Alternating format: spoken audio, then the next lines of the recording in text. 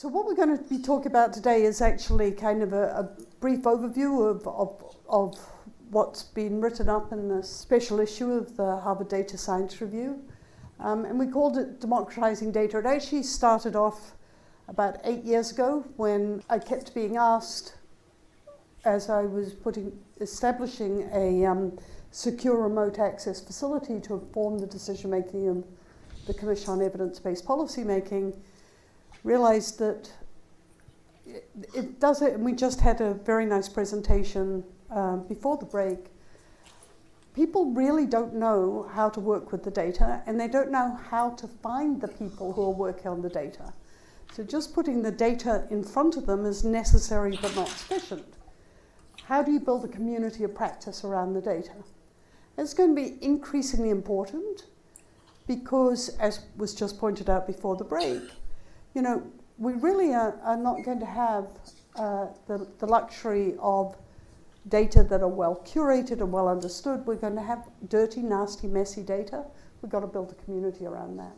So the story of this is very much how do you find out how data are being used so that researchers, not just researchers at our one institutions like Harvard, but throughout the country, minority-serving institutions, junior researchers, how can they find out about the world of data? And the only way to do that is to read 90 million publications and find out in the text how the data have been cited. And so that's a machine learning, natural language processing problem. We got funding, and for the past 8 years we've been developing the project. So this gives you a sense of what came out of it, and we're going to show it with NCSES data, although you'll see there are four statistical agencies that supported the building of this. And if you go on to the Democratizing Data dashboard, you can see that automatically, rather than having to figure out who's working with the data, you can find out what data sets, what topics. Underlying this is a graph model with the metadata links, so you can find out, you know, what research has been done using the data. You could go to the actual publication, so you can read a little bit more about it. You can find out the journals, and then if you want to go and find out what institutions have been working with those data, you can find that, and then the authors. So it kind of builds that context. It started off being called Rich Context, then it was called Show Us the Data. We ran a Kaggle competition to build those models, and then we built this Democratizing Data platform. So that's the core idea. It was originally, it's all open source code. If you take a look at this, it's, the information is in the special issue. We did it originally on open source documents. That turned out not to be long-term. It was not well curated. So we used Scopus, which is an Elsevier corpus, but the vision was to have been open source documents like PubMed, Archive, OpenAlex, and so on, and pulling the information out so that you really have the opportunity to describe the data using measures that the community wants to use. That's where we've started, and we'll kind of end a little bit about the potential for something like this to work. The National AI Research Resource Pilot has put together a national data platform, and their vision is, the National Data Platform team, their vision is to potentially use it as a standard service, not just for statistical agency data, but more broadly. And you can see they have a whole bunch of standard services, and one of them is the Democratizing Data approach. So that's kind of the bigger idea here.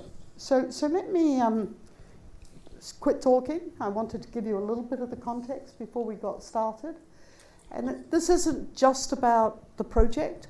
There are lots of other pieces, parts that visions that are in the special issue, and that'll come up as we're having the conversation.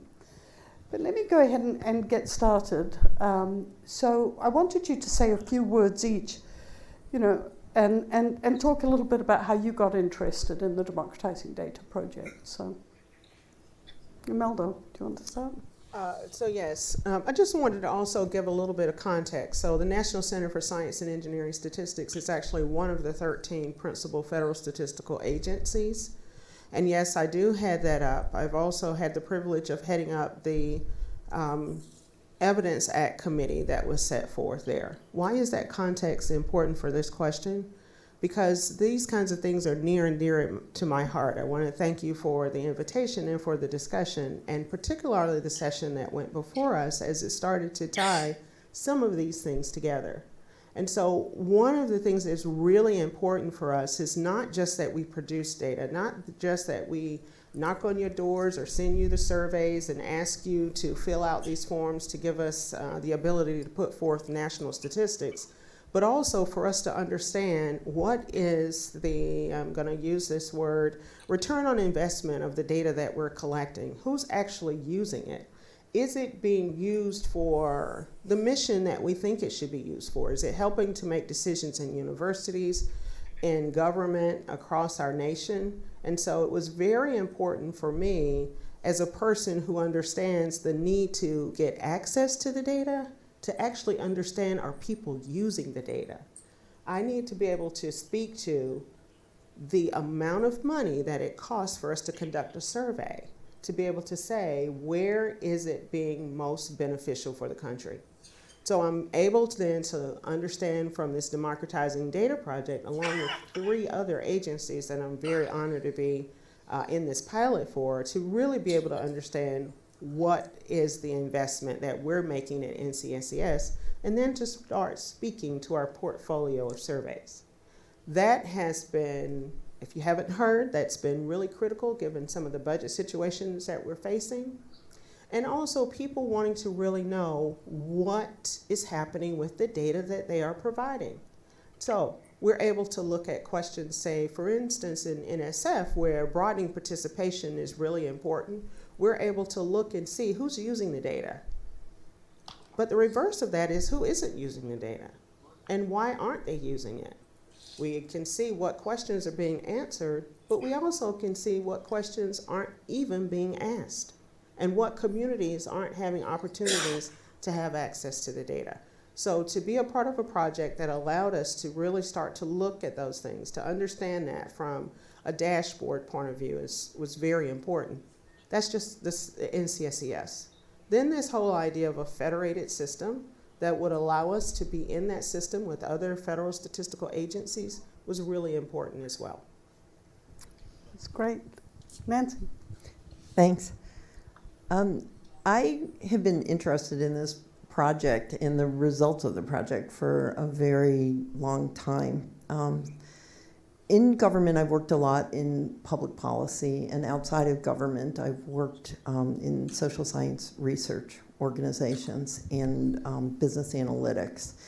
And one thing that became very clear to me was that without collaboration and cross-disciplinary work and a lot of data that was meaningful, there were many public policy issues that come up that we were not going to be able to address successfully as a society.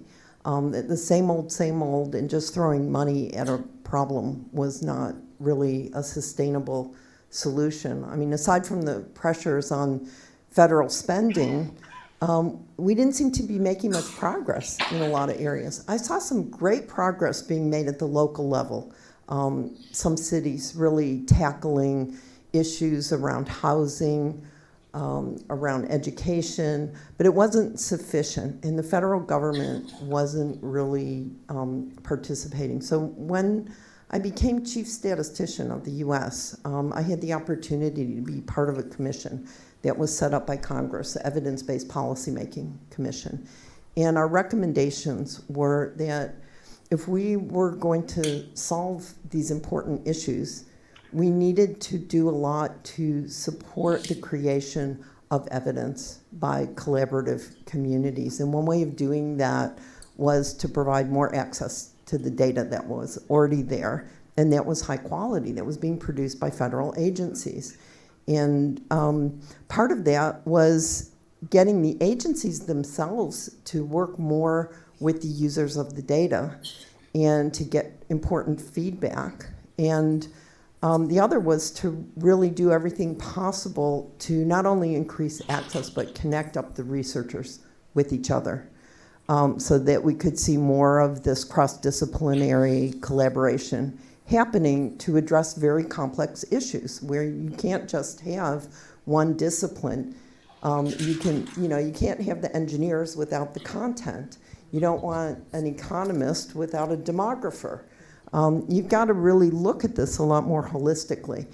So when Julia approached me about helping out with this idea of running these models over the text to figure out who was using data and putting it together in an interactive dashboard that would foster this type of collaboration, I was hooked immediately. Also because I know when Julia sets out to do something, she usually does it.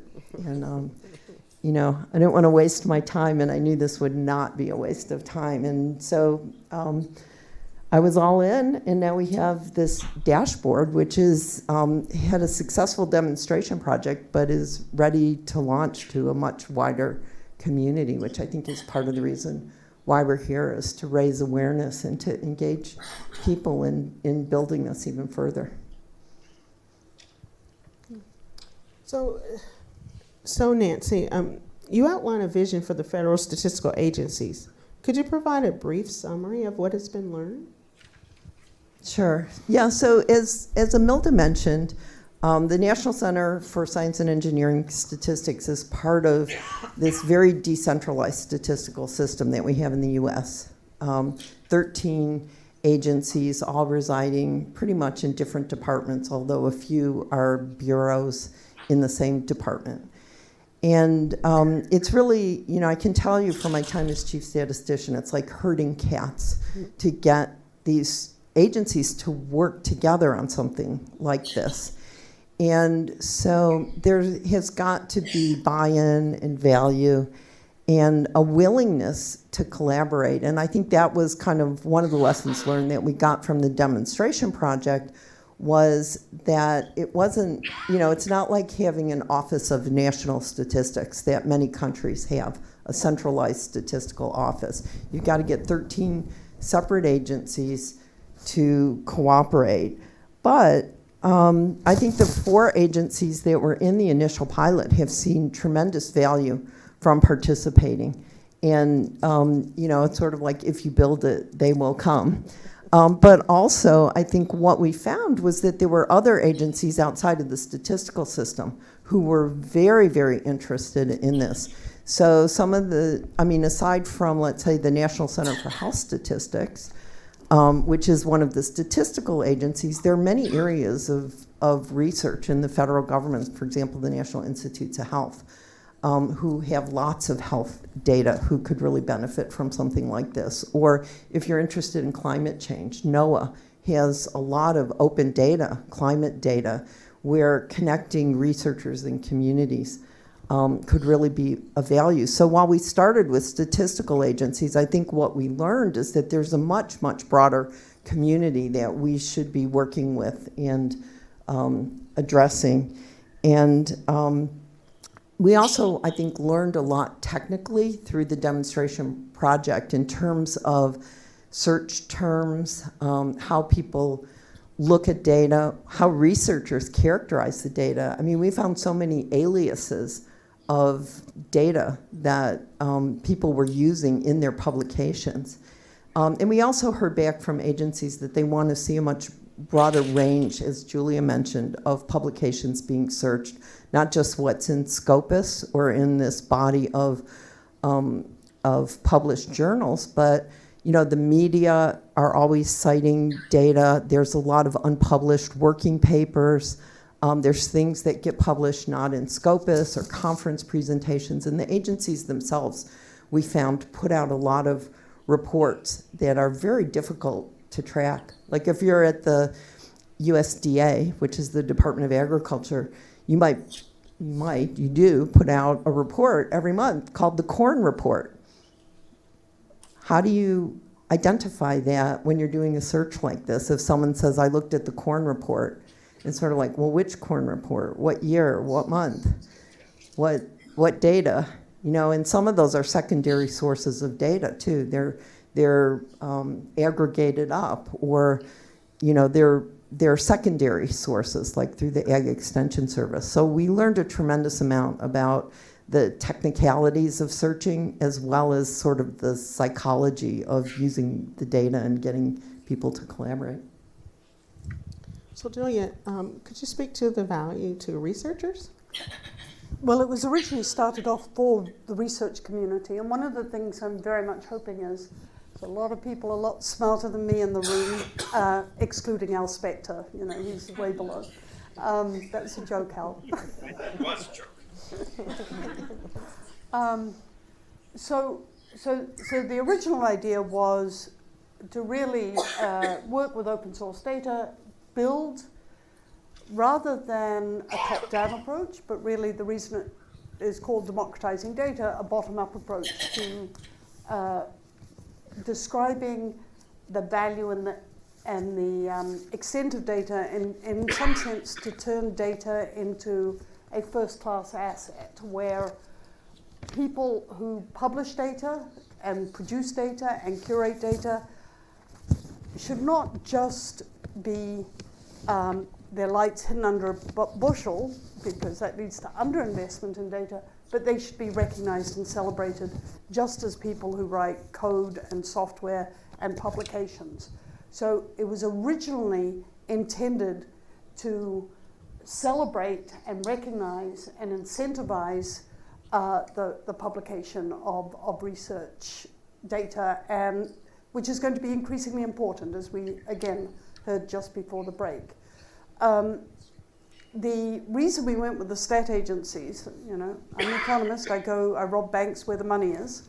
So the stat agencies have been charged with producing usage statistics, actually the agencies more broadly, but very much led by the stat system. And so, you know, they led the way and showed that this can be done. And I'd like to challenge many of the researchers in the room with turning this into a whole research agenda that Nancy outlined. What do we mean by data set citation? What about the use of the data? How do we describe the topics? How do we develop a corpus and metadata that describe the use? So there's a massive research agenda out of there, and we just began to scratch the surface. So that was what was exciting. It was for researchers, and then it turned into a very interesting research agenda. So we're kind of throwing it open to the community at this point. So, Julia, maybe you could expand on that a little bit. Or maybe Imelda, you want to talk about the lessons learned from...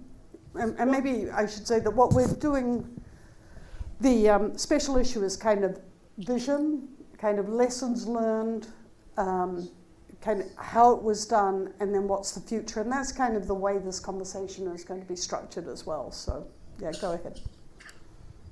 So, from an agency perspective, I've heard a lot. I want to go back to a chart that I saw earlier where there was a diagram of where do you start and what kind of information you share. And one of the points on there was to interpret and communicate. And I think for me, that gets back to that in terms of the data. Is if we're collecting the information, we need to be able to interpret it and then to communicate. And we're not often very good at that communicating part about our data. So you mentioned how do you, the metadata around it, how do you find it, where is it? Do you even know about the corn data? Do you care about the corn data? How does it impact your life? And so this was a lesson learned for us in terms of trying to be sure that we're clear about where can you discover the data, how can you then work with the data. Under the Evidence Act, it calls for not only the statistical agencies and the statistical official, but it's looking at research, it's looking at program evaluation, it's looking at data infrastructure, And the democratizing data really gives an opportunity to bring these communities together and have people really start to answer the question of how do we make data more important to our lives. I think hearing earlier too about the narratives that are necessary for that becomes critical. And so being able to look at what some of those articles and topics were a lesson that we learned. Just wanted to say that we have an oversight agency, our General Accountability Office, that came in and said, you know, NCSCS, you need to do a better job at communicating with your stakeholders. And using this democratizing data platform allows us to look at how we can improve our communication. Now, you know, there's always that problem of resources, staffing, and budget. That's always going to be there. But this tool then gives us another resource, another opportunity to look at some technology and to look at uses and to be able to understand how we can better serve it. So that's one of the things that we've learned, is how to improve our strategic communication over our data uses. I wonder what they do with these numbers, because the absolute numbers themselves, like, I don't know, is 8,000 publication little or a lot, right? What would I mean, to me, 30,000 authors sounds like a lot, right? But what does it compare to? And I mean, Nancy, you said that this is a pilot and others take on. I can see the value if you compare agencies or you compare it over time, or, you know, relative to budget invested. What are people interested in learning from these numbers, and what do they set it in relationship to? What do you think? That actually sets up the question perfectly. So what's the value to your agency, Imelda? Thank you. I was describing the value, but you make a great point in terms of what do the numbers mean and how do you interpret them. You asked about USDA, and while they're not here, I just want to speak to what I've learned from my colleagues is that they also use this to communicate with their communities so that they can then talk about why they need to continue providing information to these surveys, why the information that's being used, or how the information is being used to make differences in their communities on policies, on state practices. So the USDA, I think if you look at some of what they were focusing on, it had a lot to do with the person that's providing the data. So you get a feel there. For us too, it really is about the fact that, okay, we know we have 5 power users. Any in the audience for power users or NCSCS data? I bet many of you didn't know about NCSCS data in science and engineering, and that we produce congressionally mandated reports. So alone, those numbers start to tell us that there is a community that's available beyond the 5 or 6 or the publications. It also starts to tell us, when we look at the authorship, where we might extend our outreach, so that if we're not reaching the non-Research 1 universities, it's not always just the minority serving universities. We're also looking into things like skilled technical workforce. Do we need to have more outreach with our community colleges? And so that starts to say where in the not pipeline anymore, but where in the pathway can we introduce programs that are going to increase STEM? Yeah, also, if I could add to that, so it's not so much the numbers as numbers of this is how many, but it provides some of these other insights that Imelda was referring to. For example, there was one data set that the Economic Research Service puts out, well, 2 actually related to them. One of them didn't seem to have a lot of users, but it's the only source of that data. And so if you were just saying, well, this doesn't look very valuable because there really aren't that many authors who've published using it, but then you go and you look at the topics on the dashboard and you can see the articles and you realize, you know what, this is the only source of that data. And this is very important research. So while there's not 10,000 articles about it, the articles are very impactful, and they're impactful in a way that's meaningful to both society and farmers in the Department of Agriculture. So it may not be a big number, and you can see it change over time. On the other hand, you may see a really small number, and that could tell you a couple of things. It could say, we're not doing a very good job of outreach because we know this could be used to solve some problems. If we could get some research in this area, it would be very insightful, and people aren't using it. So what do we do to make sure people know about it? Or it could be, you know what, we've been producing this for a long time, and maybe we should stop because we don't have unlimited money and we have to prioritize. On the other hand, over here, you know, we've got a fairly substantial number of papers coming out that are relying on this data set. So now we can decide, should we invest more money and make it even better? You know, should we, if it's a survey, should we add sample size, get more granularity? Can we link it with other records and put some data sets out there that are, you know, valuable to the researchers? Let's talk to them. We know who they are. What can we do if we're going to invest? And maybe we should stop doing this over here because nobody really cares. So there are different kinds of insights. You can't just look at the numbers and make decisions. You have to be thoughtful about it. But it's information that wasn't there previously. And you know, some the agencies that were in the pilot, Imelda mentioned one, you know, area of oversight that she had, but I know another agency in the pilot had a report done by the national academies who looked at what they were doing and said, you know, it doesn't seem like you're really connecting with researchers who could be focusing their research. If they're going to get grants and money for their research, they should be focusing on some things that are important to your agency, like the whole Department of Education, for example. So if you can look and see who the researchers are, and you can see who's not doing research with your data, as Imelda said, and I'm just re-emphasizing that point, now you can see who's missing. You not only see who's there, but you see who's missing. And you can see which institutions are missing, who could be helping us, who do we think maybe has some insight, and they're not out there doing this research with us. Let's go find them. Let's talk to them, find out why they're not using our data. Maybe we can help them get some grants to do research that's important to us, and build the community that way. So it's not just like X numbers of publications. And let me pivot to another point, Farkas. That was a great question, as you can tell by the content of the answers. So I was on the National AI Research Resources Task Force. And I was the only social scientist. Everyone else was computer scientists. And when I got named to the task force, Jan LeCun, who's a fairly famous computer scientist who you probably have heard of, he called me and he said, the one thing we need is more compute. We need GPUs.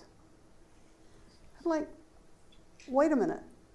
In order to do trustworthy AI, or what we need is the high quality data, right? So how are we going to get that? And the focus of the NAIR, so we recommended $2.6 billion be spent on the NAIR, a NAIR pilot, National AI Research Resource, that had 4 pillars: compute, and that's the easy part, right? Data, that's really hard. Workforce and capacity building, and test beds. So, you know, you can tell Congress, so going back to the you can tell Congress, well, we provided this much compute to this many people. But how do you describe the impact of making high quality AI-ready data available to spur 2 things? The 2 of the big goals were spur innovation and spur diversity to serve the public good. Well, the problem is when you have data and you make the AI-ready data, when you make that available, it's a very manual process to figure out what topics are being used and from what institutions.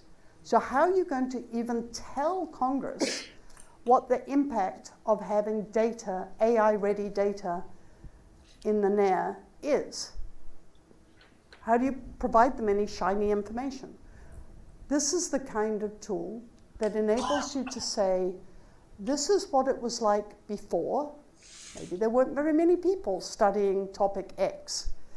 As a result of providing the NAIR data, we can see how much there is afterwards, both in terms of the content, which you can describe, and the diversity of the work that's being done, and you can construct a comparison group. So you can tell Congress how well you've done in responding to the goals, and then you've got the data to do the evaluation, which you would never have. And if you don't measure what you're getting, you can't manage it, and Congress isn't going to understand it. So I think the question of the numbers becomes a management issue as well. Disclosure, I'm a little bit part of this issue, so with that as a backdrop.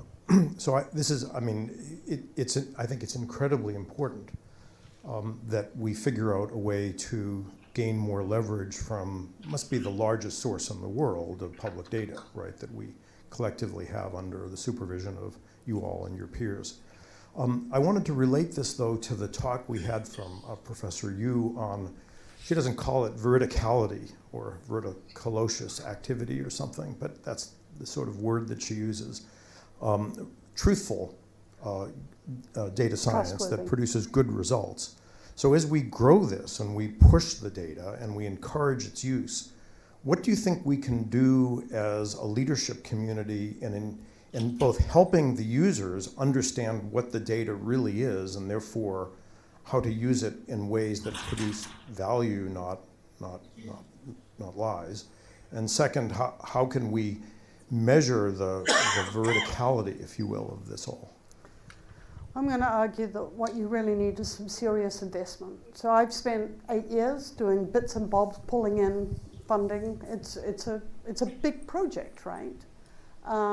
So I would call for a major investment, because I'm done, right? I've shown what needs to be done, and now handing it off.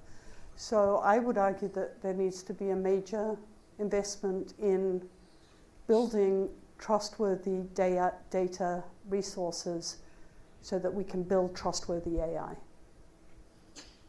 Yeah, I guess I would approach that a little bit differently, because I think it's a culture question, actually. It's not a technical solution. And where I would see something like this coming into play is it's a tool to bring people together. So what I'd like to see is, for example, people who are just coming out of graduate school, like early researchers or postdocs, using this to find people who are more experienced researchers in the topics that they're interested in, for example. And then maybe, and especially if you have people who are not at R1 institutions, who have hooked up with a serious mentor who's already in the pipeline to get lots of grants and has a big center and all of that. But all these new people who can now get access but don't have that kind of mentorship, can't we have an effort, for example, that would find mentors at R1 institutions for people who are coming out of non-R1 institutions, helping them figure out who can I work with who's not necessarily at my school, but can bring me along and bring me into a truth culture, right? What do we really mean by scientific integrity? How do I get these reproducible results? How do I make my data sets that I'm creating accessible to other researchers? Where are they going to learn that? This is a really good tool for that kind of collaboration and building a culture around that, so that we don't have all these silos in the ins, the people who are in on the inner track and the people who are excluded from that, but now suddenly have access to a lot of data without that acculturation. It's great that you guys have this dashboard. So if you want to go next step, connecting with my talk about data cleaning, data quality, I'm sure it needs more resources, but is there something just from the pure goodness point of view, I think like a well-documented data set, and can we actually use the publication? They probably have some information about data quality. Can we actually use that as a starting point to get some sense about the quality of data? But that actually ties right into talking to Imelda, which is the next piece, the kind of the vision for building a community, and how does it tie into the National Secure Data Service that was part of the Evidence Act and then the Chips and Science Act? So yeah, I think that's a great question. One of the things I want to say is I think today is June 13th. And if I'm not mistaken, June 14th is the last day for a nomination that the National Academies has out for panel membership that deals with quality of official statistics. So your question is very timely in terms of government efforts to get better data quality. There is a call there, so I'll try to get that maybe to Julia and she can get it to the community. Because we're looking for researchers and others, and data quality is a big issue. And then when we come to thinking about the democratizing data and how do we help there, I think we have to extend ourselves beyond the term. So when we think about metadata, it's not just how do we define that, but how do people define it? How do we reach out and connect the communities to the actual data that's being used? I was listening to a little bit of what I'm going to say taxonomy in some of the previous taxonomy discussions in some of the previous sessions, where we may be using terms that are similar. Is this where you wanted me to go? Yep. Okay. We may be using terms that are similar, but not aware because we're in different disciplines. And so finding data then becomes even more important in terms of making sure that we're building approaches that use terms that we're familiar with, but also connect the people to those terms. And for us, that was one of the very important things. Also, when you think about data sets, it's not just, or data assets, it's not just the data sets themselves. And that's where the strength of the publications becomes important, but also many of the tables and all of the products that statistical agencies put forward. How do they really interact with the user? And then how do we make sure that we're tagging it in a way that becomes important? So Nancy, I was going to say, how do you think the open science community can, so I think this is where you're coming from very much, is how can the open science community get involved, building on the lessons that we've learned from this initial pilot? Yeah, so, one of the things, Julia, that I think you did intentionally and that I'm really supportive of as part of this was building the platform with open software and, not making it proprietary or protecting everything with, patents and all of that. So it belongs... We call it patents. We? Yes, it's Okay. in English language. I see. Well, we're in Boston now, or Cambridge. It wasn't a massacre. 3 people is not a massacre. Yeah. Anyway. So I would say what I would really love to see is for the open data community to embrace this and take it further. We did a demonstration. It's there for the taking. I think people should start using it. And, we've had a couple of workshops where we've asked researchers to come in and use the dashboard and tell us, what do you think would be more functionality for this? How could we make it more useful? And I think more of that, people using it and building on it. I also would really like to see more connections between the statistical agencies, which are putting out huge amounts of data in the open data community. And, there's some work going on right now that I've been involved in. It's kind of building bridges between statistical data and open data. And, some of the statistical data that comes out is open data because they're public use data sets. But some really critical research, takes place with confidential microdata. in enclaves that are secure. And so how can we join those communities a little closer together? I think through collaboration, through identifying the areas of research that are really important, and getting more of a feedback loop between the researchers and the producers of the data. I think the platform can do that, but I really think that the open data community can do a lot to take this existing platform and just make it better. You don't need us to make it better. It's out there. So I would love to see people say, hey, let's put this functionality on it and put it up on, GitHub or someplace, and let's share it and get real group progress on this. There's no reason not to do that. Just an awareness and people actually starting to use it. And you could do that all over the world. So tying that in, you've been charged with the National Secure Data Service, and at the same time at NSF there's a National AI Research Resource, which is also being pushed forward. How do you see these two activities around data? And obviously the NAIR is very much around AI, and you have a broader remit in some dimensions, but how do you see these two connecting? Well, I'll take just a moment to talk about Maybe the National yeah. Secure Data Service. Is this close enough Yeah, now? there you go. Okay. So the National Secure Data Service is actually mandated to NCSES by the Chips and Science Act.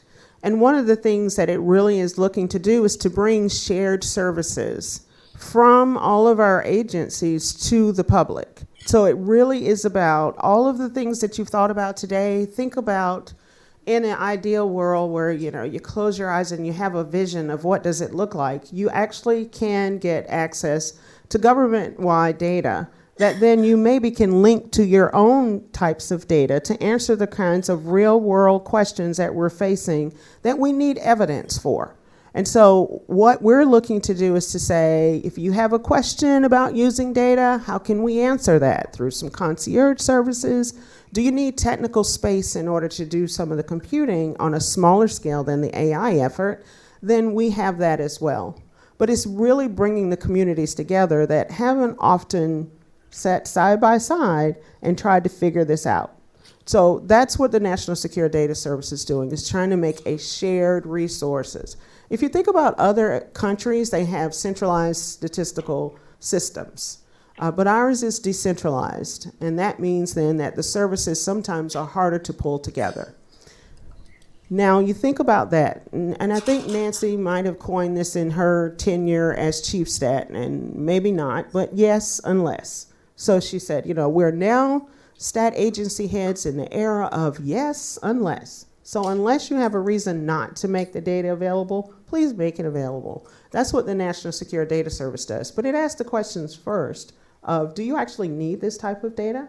Can you get the credentials that are necessary? So there's still a security to it, which I would call securely liberating data. So that's National Secure Data Service. And we're still looking at the quality of data. One of the points that Nancy made is about the uniqueness of particular data.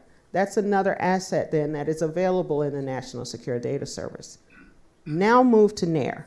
And NAIR is saying we need to think about an AI infrastructure across the US that then thinks about the ethics of it. It thinks about the computational challenges, and it makes the resources available.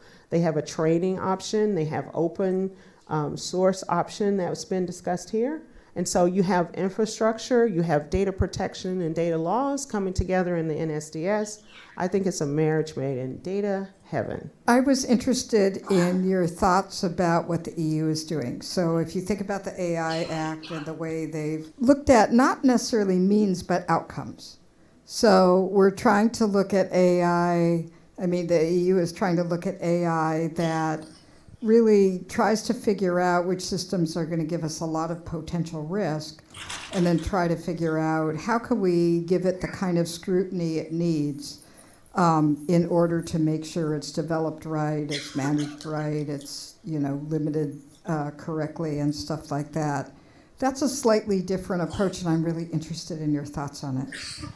I'll give a very limited answer in that I don't do a lot of work specifically just with the EU, but I am one of the vice chairs on the OECD National Experts on Science and Technology in Indicators. And so this is a topic that is facing us. And with all of the member countries, then, we are talking about what are some standards that can be used. One of the main questions that I'm hearing has to do with the ethics of it and how do you address unintended consequences. At the same time, how do you put measures on things that really are somewhat difficult and then could have those unintended consequences in a way then that helps improve lives? And so those are some of the questions that we're talking about at the science and engineering indicators level. A little bit different than EU, but it is the OECD. So with my NYU hat on, and with my economist hat on, I am not a fan of enforcement. I'm a fan of incentivization.